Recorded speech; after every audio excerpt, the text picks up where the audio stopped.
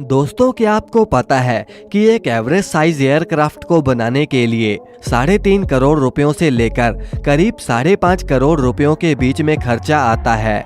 अब इतना पैसा सिर्फ उसे बनाने में नहीं बल्कि जो उस पर कई तरह की टेस्टिंग करी जाती है उसका भी इंक्लूडेड होता है।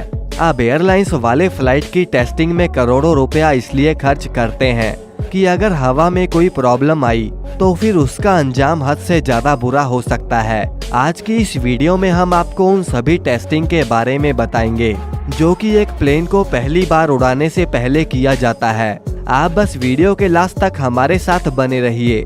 तो चलिए वीडियो को शुरू करते हैं।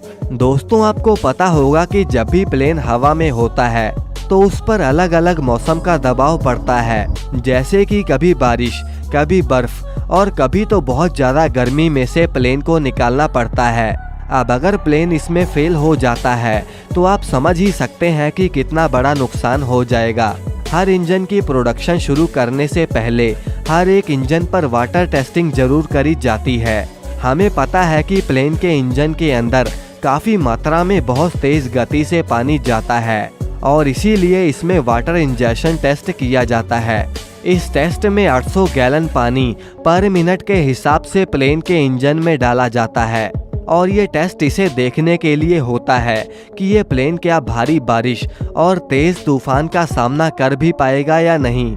इसके बाद जब मौसम ठंडा होता है तो उस केस में हम इसके इंजन में अलग अलग तरह के बर्फ के टुकड़ों को प्लेन में फेंका जाता है और चेक किया जाता है कि प्लेन पर इसका कितना इफेक्ट पड़ेगा और वो फिर से अपनी नॉर्मल कंडीशन में कितने समय में वापस आएगा। अब दोस्तों, अगले नंबर पर एक ऐसी टेस्टिंग है जो आपको सुनने में भी बहुत अजीब लगेगी।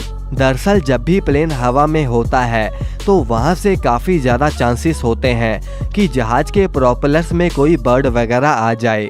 अब उतना सा इंसिडेंस भी कई बार काफ़ी ज़्यादा नुकसान कर देता है और कई बार तो प्लेन की इमरजेंसी लैंडिंग भी करनी पड़ जाती है। दरअसल इससे बचने के लिए और इस कंडीशन को टेस्ट करने के लिए इंजन के मैन्युफैक्चरर्स प्लेन के इंजन में मरे हुए बर्ड्स को फेंकते हैं ताकि वो देख सकें कि प्लेन हवा में बर्ड स्ट्राइक को झेल पाएगा भी या नहीं।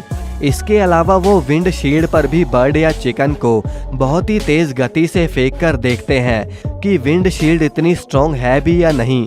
अब बर्ड स्ट्राइकिंग की वजह से एक बार पहले भी हडसन नदी में प्लेन की इमरजेंसी लैंडिंग करवाई जा चुकी है। अब दोस्तों, तीसरी मेजर टेस्टिंग होती है इंजन के ब्लेड्स और उसके डिज़ाइन की। इंजन के ब्लेड ही वो पार्ट हैं जो कि 3000 रेवोल्यूशन पर मिनट के हिसाब से घूमकर प्लेन को हवा में उड़ाते हैं और इससे इन ब्लेड्स की वैल्यू और भी ज़्यादा बढ़ जाती है। अब क्या होगा जब कहीं हवा में ही प्लेन के ब्लेड्स ही बाहर आ जाएं? दरअसल अगर ब्लेड्स प्लेन से बाहर आए तो वो ना तो सिर्फ बर्ड स्ट्राइकिंग से भी ज़्यादा डैमेज करेगा बल्कि फ्लाइट के अंदर बैठे पैसेंजर्स भी उससे इंजर्ड हो सकते हैं। अब इस वजह से हर ब्लेड की अच्छे से चेकिंग होती है कि वो पूरे तरीके से अटैच है भी या नहीं।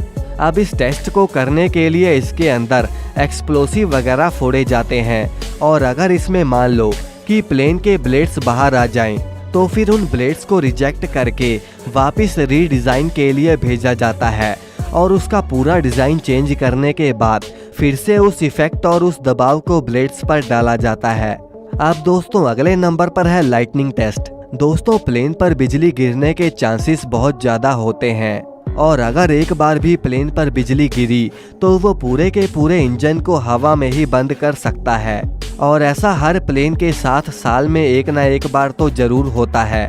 अब ऐसे में ये बहुत ज़रूरी हो जाता है कि प्लेन के ऊपर लाइटनिंग स्ट्राइक का कोई असर ना हो।